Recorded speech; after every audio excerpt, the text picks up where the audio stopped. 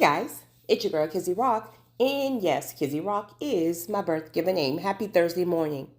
Want to say hey to all my subscribers, new as well as seasoned. I got a word for you.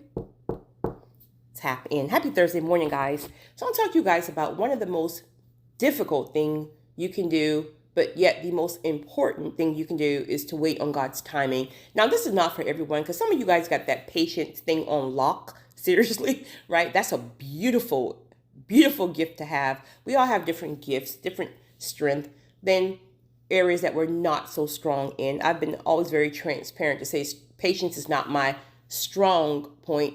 But for some of you, you got this on lock. I also want to speak about why your current tests are so important for you to master before God opens that door for you, etc. So here's the thing. Waiting on God's timing is so difficult because our flesh really wants what we want.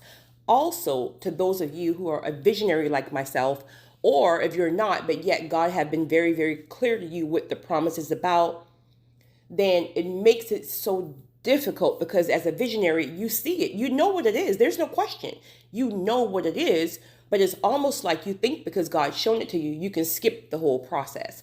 Like he gives it to you Tuesday morning at 8:30, and by Friday, it should all be manifested. When fact of the matter is, he's showing it to you just to keep you motivated, right? So it's very difficult to wait on the timing when you already know what it is. So God have to really burn so many things off of you throughout that process. There's so much you have to learn. There's so many things you have to release. There's so many areas that have to be transformed. There's so much that goes on in that process. And I can honestly say, and I hope this can help somebody who's just starting out, meaning starting out, you heard the voice of God, he tapped you, you're chosen because you answered, whatever that means for your life, whatever direction that is for your life. I can honestly say something now that I could have never, ever said in level 1. I don't even know how many levels there are probably a million. So just work with me here. Because you think there's this amount of levels, and then when you get to the next level, God shows you another level and another level and another level. So I think we're just going to have levels until Jesus come home, honey. So I am so glad, and I promise you I could have never said this. So I just want to help somebody. I am so glad that God did not release certain things to me when I really thought I was ready. Now, you can tell me that. You can tell me that at level 1, right? Right? I was spinning my wheels, honey, right? We would fumble. We would fumble every promise that God has made us. If he opens that door too early, if he gives it to you because you're crying and screaming, he ain't going to do that, I promise you. He's going to give it to you because you're crying and having this hissy fit. You will fumble. And sometimes you have to even be careful with that because sometimes God will give you what you want just to let you fumble. And now you're going to set your process back even, even longer, right? God gives us insight, revelation, things like that, the higher you go. It's like he gives you bits and pieces. Because I promise you, the things that you will get, let's just say you're at level 7. Again, I'm just throwing numbers out here. You're at level 7. If you would get insight at level 1 that you got at level 7, you will bunks. I promise you. You will bunks. It just seems like God knows us so well that he has to give us a little bit, because it almost, I definitely don't want to use the word trap because that is not how God is. God will not trap you, right? You have free will, but it's almost like, it feels like a trap. It's not a trap, but it feels like a trap where you don't even know what you're getting yourself into. But when you're in it, you can't go back. You can't go back. I mean, you can, but he shows you what is, so you don't even want to go back. So it's almost like you're so deep in this thing that you can't go back, but you haven't really reached the pinnacle of where he says you're going. So you're kind of stuck.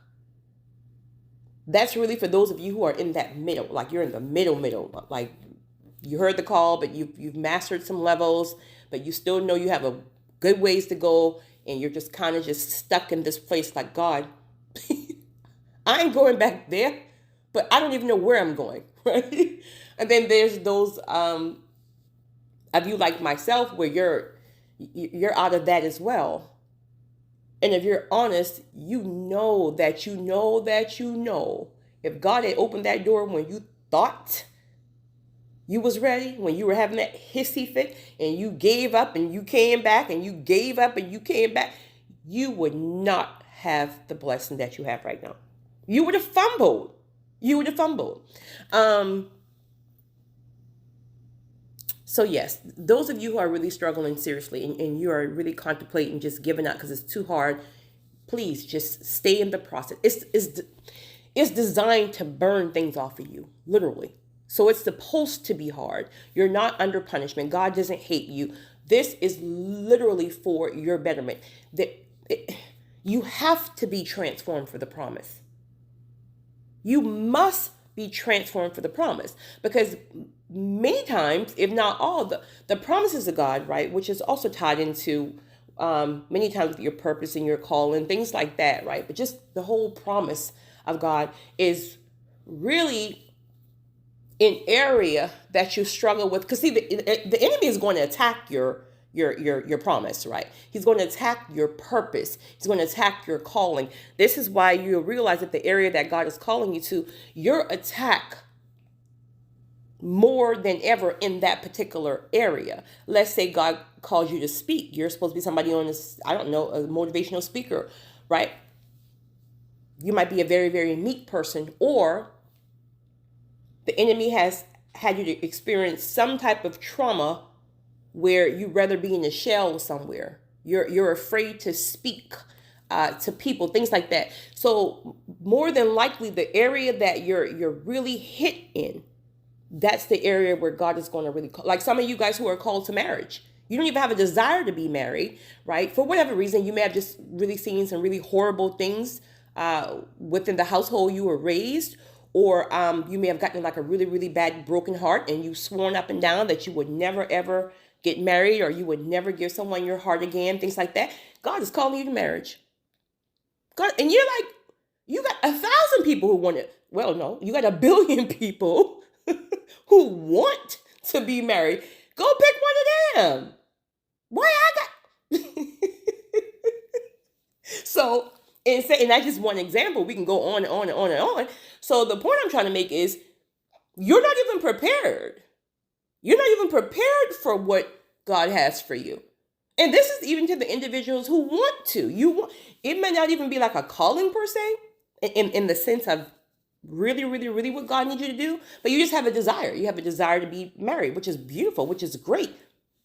But you've never seen it. So God have to transform you, your whole way of thinking about what you think marriage is, about how you think marriage should be such and such. God have to transform you. You really don't know. I mean, you really don't. Especially because every marriage is different. So you can't even go based on, even if it's someone you know with a successful marriage, you can get some great information, but truth of the matter is every marriage is different. So God may need to give you certain insights about your marriage, about your spouse, about how he needs you guys to move and operate. Because again, what works for one may not work for the other. So you have to be transformed, informed to the individual that God needs you to be as he prepare you for whatever promise that he has promised you. So let's also speak about some of the tests that we are currently going through, and how it's going to be effective for the next season. So I got this download on yesterday. I just got really tied up at the hospital with a patient. But there are so many areas that God is working on many of us with. And it's going to be crucial that you master these tests. Doesn't mean you're perfect, right? But you master these tests to the core because it's going to be very important for where you are going. Again, what's one thing that's going to keep people stuck longer than they really have to be is that mindset that you know it all, the mindset that you don't have to change, the mindset that nobody's going to tell me, that whole mindset of just not being humble enough to be teachable. That's going to keep you stuck. It's not about you. I'm just going to keep it real. It's not about you. It's not about you. It's not about me. I promise you. I promise you. And again, the higher you go, you will know this. Speaking to the people who are just starting out, it is not about the mindset that you have currently is not the mindset you're going to have in some upcoming levels. God is going to really, really teach and show you so much. A lot of the things that you think you know, you really don't know. A lot of the things that you think you see, you might have been able to really maneuver some things on your own, but that was your thing, right? God didn't have a partner. That was your thing, right? Just your own determination, drive, which is great as well. But I'm speaking about when it comes down to God ordained blessings, God ordained promises. Honey, listen, you might as well get to the back of the line because you're not going to do it your way. I promise you. I promise you. You're not going to do it your way. Whoo, honey. Whoo. Child, I just had a flashback. So some of the areas that you guys are we're being tested in right now, for some, definitely for me, patience. Again, this is why you realize that God is putting you in some situations right now, and it's requiring you to be patient. Like you have no choice. You have to sit there and you have to be patient. Well, when you get to the next level, come on now. You got to be patient. People are going to be throwing all kind of contracts at you. People are going to just be wanting you. You just can't jump head first into things, right? Where God is taking you is going to be massive for many of you. You just can't jump into things. You're going to have to be patient. You're going to have to wait. There's things you're going to have to fast about. Like he's really developing your patience for different reasons. Also, one thing that he shared with me on yesterday was the reason why some of you are being pressed in a certain area of testing is because the people on the other side, whoever that can be the ministry, that can be your spouse, that can be business partners, but the people on the other side is not going to be able to tolerate that area of weakness for you. So whatever that weakness is for you, it could be that mouth, it could be addictions, certain triggers. The people on the other side, that's going to cause issues and it's going to be detrimental to the promise. And you're not going to be able to hold on to it because even though that's a norm for you, the other person can't, it's going to be a trigger for them. So that's one reason why he's really pressing you in that particular area. This is why you can realize that God is letting some things slide. Not that he's letting it slide, but he's letting some vices kind of just fall to the wayside where he's bringing up other ones to the forefront. Those ones have to really, really, really, really, really be dealt with because it cannot go. That particular thing. Communication. Well, I mean, that's kind of obvious. You know, the higher, I mean, come on. God's going to be exposing you to some major things. You're going to have effective communication. Ladies, I'm a whole lady, so I get it. I promise you, because I'm one of the most sensitive person in the world. Our emotions, this is an area that God is really, really working on you with now. This is why God is allowing people to offend you. I promise you. I promise you. I promise you. God is allowing people to offend you and you can't even respond. The conviction is just waiting to pop your head off. Like you can't even respond. You can sit there with smoke coming out your ears, but the conviction is so heavy that you can't even respond, even when you feel like you're in the right. I also want to address that because I said that in a prior recording too. Okay, of course, communication goes different ways. And I want to say to my very shut down people, like you're just shut down, let it be trauma or just, it could just be your personality. You're very shut down and you hold everything in. That's just as toxic as the people who blurt everything out. So you guys may be put in situations right now where God is putting you in situations where you have to speak up. You might be the one that used to being in the background or ducking behind the other students. And God has the professor calling on you. You got to stand up. He is teaching you to really communicate and learning to be comfortable with communication, calling you to meeting of the minds, where he's tapping you to tell you to shut your mouth, listen to people more before you get. So these are different areas that you will realize, because where God is taking you, you're going to have to be able to communicate without being overly emotional, which is very difficult for empaths, because we're just naturally sensitive and we feel everything, right?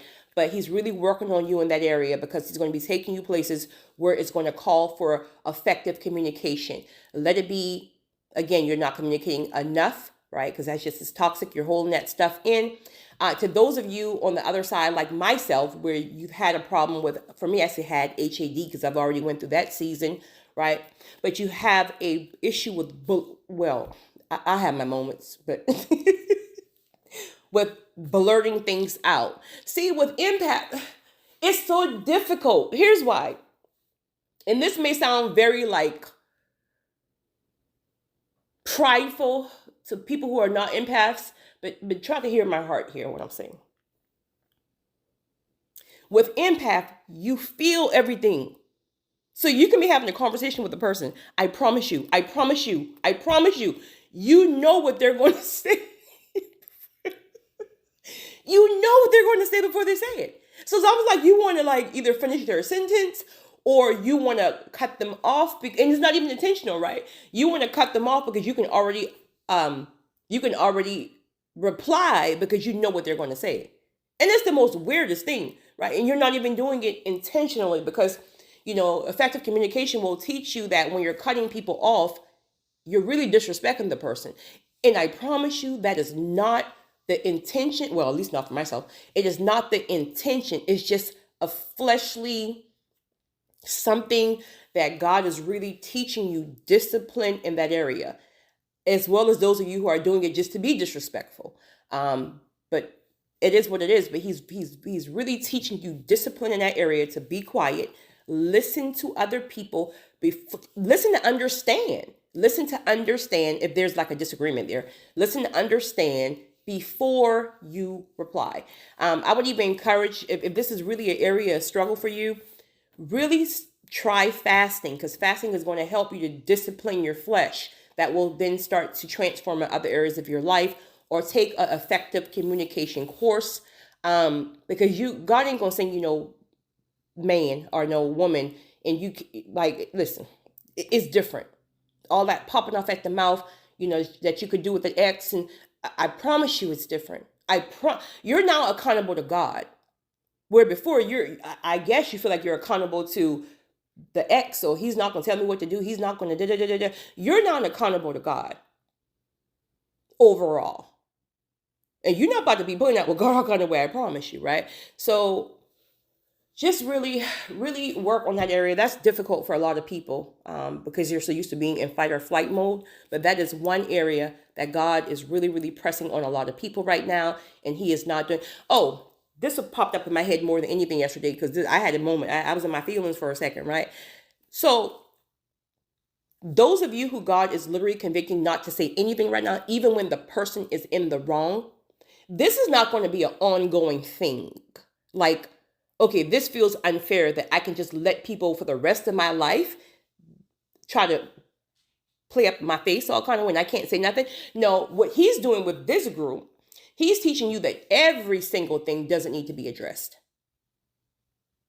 And it's true, because some things are petty and it'll just blow over. So he's teaching you that every single thing does not need to be addressed, because the enemy can take the smallest things and really get in there and wind things up. And before you know it, your whole household is in shambles because something that petty that you could just let blow over. So he's not, because see, religion will tell people to just let people play with you all kind of way. You just sit there and take it, and you just take it in the name of Jesus. The devil isn't like, oh, you will get checked. Classy, but you're going to get checked, period. But classy, right? But he's teaching you that. And lastly, he's also teaching you how when he does require you to let it go, and he does require you not to say anything, even when you feel like you're in the right, he is showing you how he will come in and he will fix the situation. But most importantly, God will get the glory.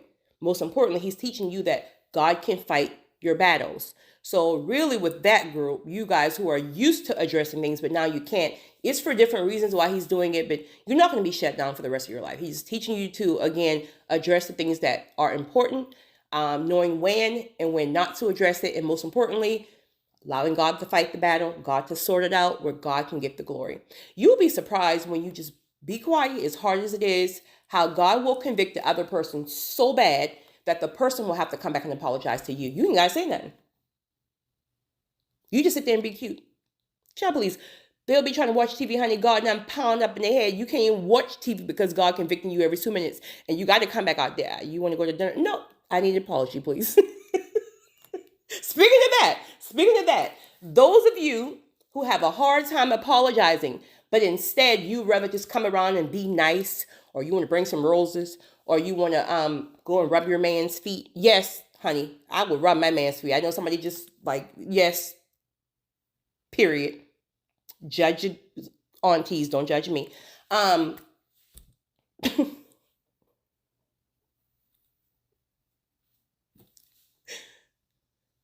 God is going to start convicting you guys to move your pride aside. If you're wrong, you're wrong. If you're wrong, you're wrong. Accountability is accountability. But that's also an area of weakness or not so strong for many people, is because there was a lot of things you saw growing up where people didn't take accountability, when people didn't apologize when they were wrong. Maybe you had parents who did certain things to you. They might have knocked your head off in a moment of anger, and they never came back and apologized. Instead, they came back and said, "What you want for dinner?" Right? So that's a learned behavior. So God is going to really start. All of this stuff is emotional intelligence. These are areas that God has to literally transform in you. If you're somebody who is stuck in that, I don't need to change. Well, you don't have to. You really don't. But you're going to stay right there. God can't take you higher until you're willing to start allowing him to transform you. So communication control. Oh, those of you, some of you going to get hit with this because I tried to leave this out, but God keep bringing it back to my spirit. So somebody going, I think it's only one person, and you're going to know who you are. That princess mentality. That princess, I mean, everything in your life have to be perfect. You may have had the father who treated you like a princess, which is amazing. Seriously, that's the best foundation, because now you know how to. But I'm speaking about to the point where they have not conditioned you to understand, like, okay, I treat you like a princess. This is the type of man I want you to seek and look for, because I'm your example here. But to the point where they gave you everything on a silver platter, but they did not help you to understand that the world is not going to give you that, right? That's specifically for the type of man that's going to be great for marriage, et cetera, et cetera. But you assume the world is supposed to give you everything on a silver platter. If people can't talk to you unless they're extremely handsome, extremely beautiful, you're very prissy, right? That may open the door for you, but that's not going to keep you there. That's not going to keep you there. People are going to be so turned off about that prissy mentality. You're better than everyone else. You don't even like to smile. Like just whoever you are, I promise you, you might you might hit unsubscribe, but I promise you, I don't know who you are, but that's the one thing I kept trying to leave off because I didn't want to offend anybody, but God kept pressing me to do that. And I think there's, a great number of women out here like that. Maybe they even come from like a father type of thing, but they're used to men kind of just doting on them, to the point that they think they can just be cute and that's it. Chablis. No, ma'am. No, ma'am, Pam. Let me just tell you.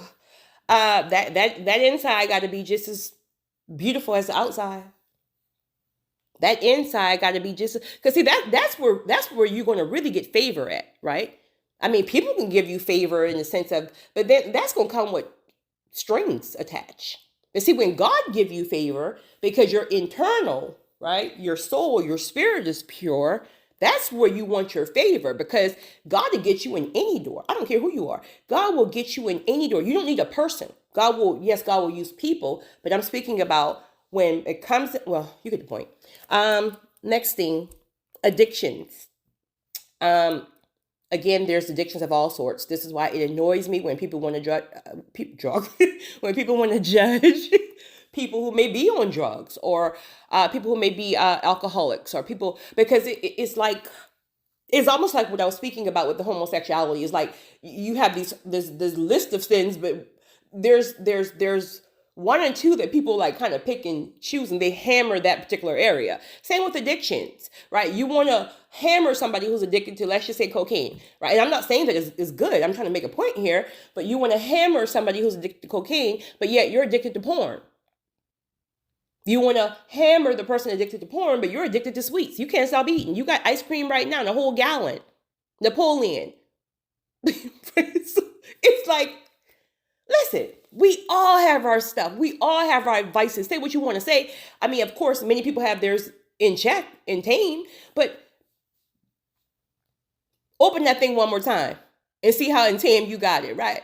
So the point I'm trying to make is we got to give people more grace because we all have our struggles. But in saying that, the addiction of whatever, cigarettes, alcohol, drug, porn, sex, sweets, food, weed, TV, social media, even OCD. And I don't think that's an addiction, but that just popped in my head. Listen, listen. And I'm not speaking about just the people who like to be organized and clean, right? And anal, not y'all, but like seriously, some people really have been diagnosed with OCD. Y'all will drive somebody out of the house. I promise you. You be sitting trying to eat your food, right? You're trying to eat, and they're upping your plate and wiping with this wet rag bacteria all under your plate. Like, oh, child, y'all will run somebody out of a house. But the reason why God is pressing that particular addiction is something on the other side. First of all, it's just not right, period, right? He needs you to tame that thing, period, because he don't want anything to have control over you like that. But something on the other side is going to be triggered by that area of struggle for you. It could be, let's just say, for an example, let's just say you have an addiction to weed, right? And I'm not saying weed is bad. I don't smoke weed at all, but I'm just saying, right? I know somebody is saying that's not bad. Listen, if it's an addiction, then it's an addiction, right? But the person may have already conquered some type of addiction that you don't know about, and they may have already conquered this thing 20 years ago, and seriously, like they're doing amazing. But it's something that you could be doing that when God brings you together, it can trigger them and start that addiction right back over. Now, before you know it, the whole marriage is done because you open up some type of portal for them. And listen, with the enemy, you give him 1 inch to get up in there, honey. He's going to come in and he's going to take over the whole territory. So that's just an example, but it could be something that you're doing, or it could be if you're a guy and you're very angry, like you could have maybe not had the father in the household, or you didn't know who your father was. And I'm not saying every man is angry about that, but you got this lot, you have a lot of pent up frustration, and you're just like, every time you get mad, you can't even express it, right? Because maybe you weren't even taught, because quote unquote men don't supposed to show emotions, which were told to a lot of boys, which is just sad. But you can't even express yourself. So instead of expressing that hurt and that pain that's triggering you, whatever the issue is that day, you take and flip the whole table over. And y'all know those kind of people. I don't judge those kind of people. Like, just don't flip that table by me, right? Because my nerves too bad, right? I don't judge those kind of people, because with those people, If you're tapped in, you know what it is. That ain't coming from nowhere, right? There's a lot of hurt. There's a lot of pain. There's some rejection there, et cetera, et cetera. But anyway, you're that kind of person. Now, when you get married to the love of your life, the person that God, all caps, God have always, all caps, always ordained for you before you went over there and pick up somebody who broke your heart. Now, every woman is trash because you chose this soulless woman. But yeah, that went left. Now you're in the house with your God-ordained wife. She came from an abusive household, right? She was battered and beaten by her stepdad, right? She may have been in a abusive relationship or marriage that just seriously, almost took her life type thing. Okay. You, on the other hand, you've never put your hand on a woman, but you flip these tables and candles going everywhere, glass. Honey, that lady gonna leave you on sight. So now everything that God brought together, right? She's terrified because she's seeing her stepdaddy. And you don't even mean any harm. You haven't just really mastered so this is why God is really, really, really calling people to really work on your triggers. Go get counseling. Allow the Holy Spirit to lead you, guide you, heal you, right? It's time now to take accountability. I was speaking to a gentleman about this recently, actually. I'm so glad that our men are waking up and understanding that expressing themselves, let it be through tears or whatever, honey. I don't care if it's not. Come put it on me. I know that it's ghetto, but I'm just making a point here, right? I'm not that chick, right, who's sitting there judging. No, for me, a man who is tapped into his emotions, that's a wonderful thing, in my opinion. Because if he's tapped into his emotions, if he's in touch with his emotions, he can be in touch with yours. So one of the things that we as women, Kizzy, that was so ghetto, I can't even get it out of my mind.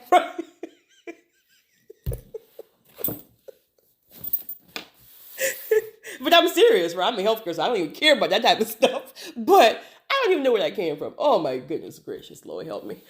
But one of the things as a woman, what we scream is that he doesn't fulfill me because he can't tap into my emotions, which is true. I mean, to the 10th power. But that's the whole point. A man who can't tap into his own emotions cannot tap into yours. So I'm glad that many men are really starting to wake up and understand that expressing themselves is okay. Expressing themselves don't make them quote unquote sissies like some of their dads taught them, right? Men are waking up to know that they need therapy. So this gentleman who I was speaking to is actually a family member. And he said, Kizzy, I'm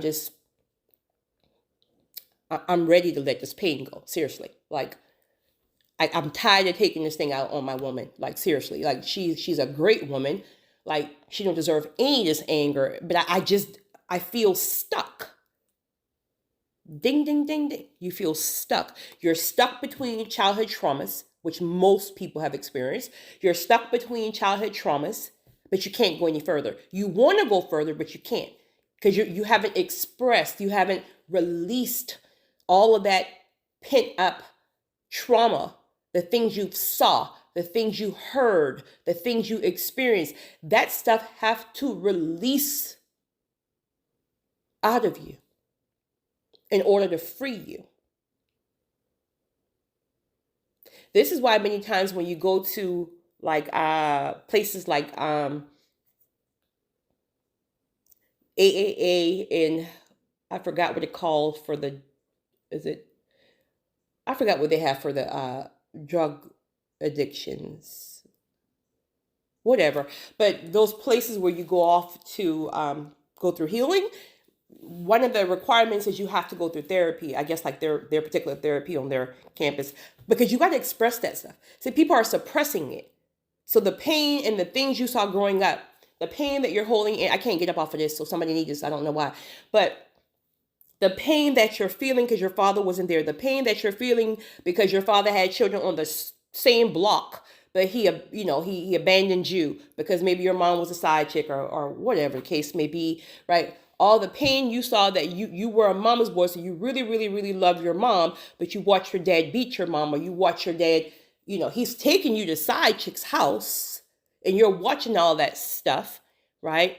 The pain of being judged because maybe you didn't want to be like the other children and go to college, like whatever pain that you've experienced, that stuff have to be processed and released. Let it be through. Again, counseling, listen, you can start your own healing journey. Go take a walk in the park. Go drive somewhere. Go walk in some woods. Call out the names. Call out what happened. Call out what you saw. And you got to speak. You have to like verbally speak it through tears and all. It has to leave you. That's what's making people sick. All those toxins are just sitting in you. It has to journal, right? Write it down, but burn it up, with some lighters or what. It has to leave you. Even to some of my sis, this is coming up in my spirit, right? It has to leave. Those family, quote unquote, family secrets, what goes on in here stays in here, sweep it under the rug, and that thing is still sitting up in you. It has to leave you. This is why you have to go through a healing season, a single season first. God can't bring you, excuse me, if God bring you anybody right now that he has ordained, he ain't going to do it anyway, not somebody he has ordained, until you go and get the help you need, right? We can't keep lying any longer and say, well, I can't afford therapy. It's free now. It's all over YouTube. Go to your YouTube search, right? Therapists about molestation, therapists about rape, therapists about father wounds, like Pastor Blake's, right? If it's father wounds and that type of thing, like it's free. We can't keep lying. It's free now. They have free anger management courses. But God cannot bring God-ordained people or God-ordained blessings until you get the help you need. God promised you $1 million business. How God gonna give you that and you still flipping tables over, sir? No judgment, right? I'm trying to make a point here. Every deal you get, every partner God sends, you're going to run them off because you're flipping tables every 2 minutes because you don't agree with something, and they're asking you to express why don't you agree with this contract. They're asking you to express why don't you, but because you can't express it, you're flipping tables. And sadly, they're going to judge you because they're not deep enough to understand that hurt is coming from someplace else.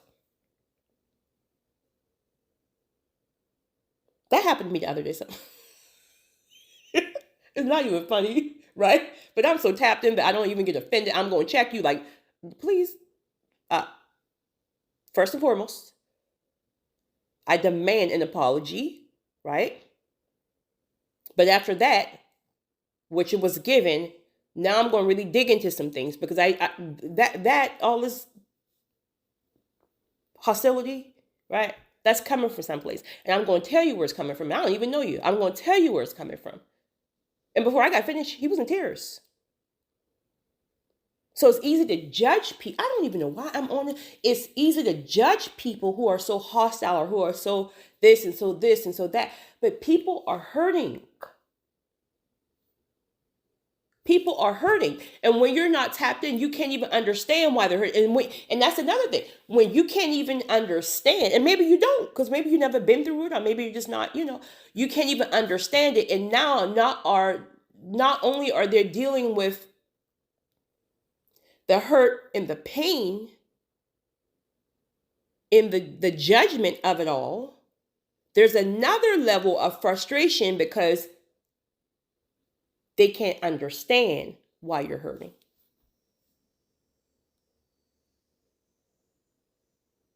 And I am not saying at all to stay with somebody like that, right? Because truth of the matter is you may need to leave for your own safety, but I'm trying to make a point in the sense of when you have people like that, it's deeper. It is deeper.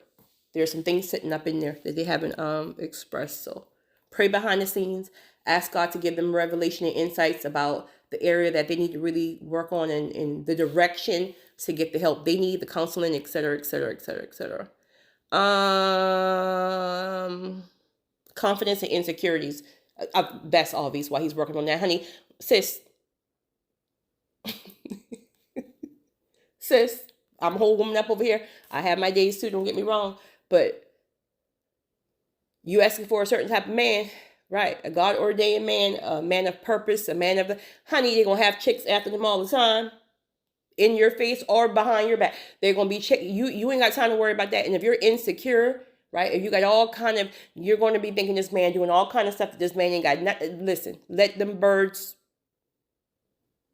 flock, right? Let the mud ducks play in mud.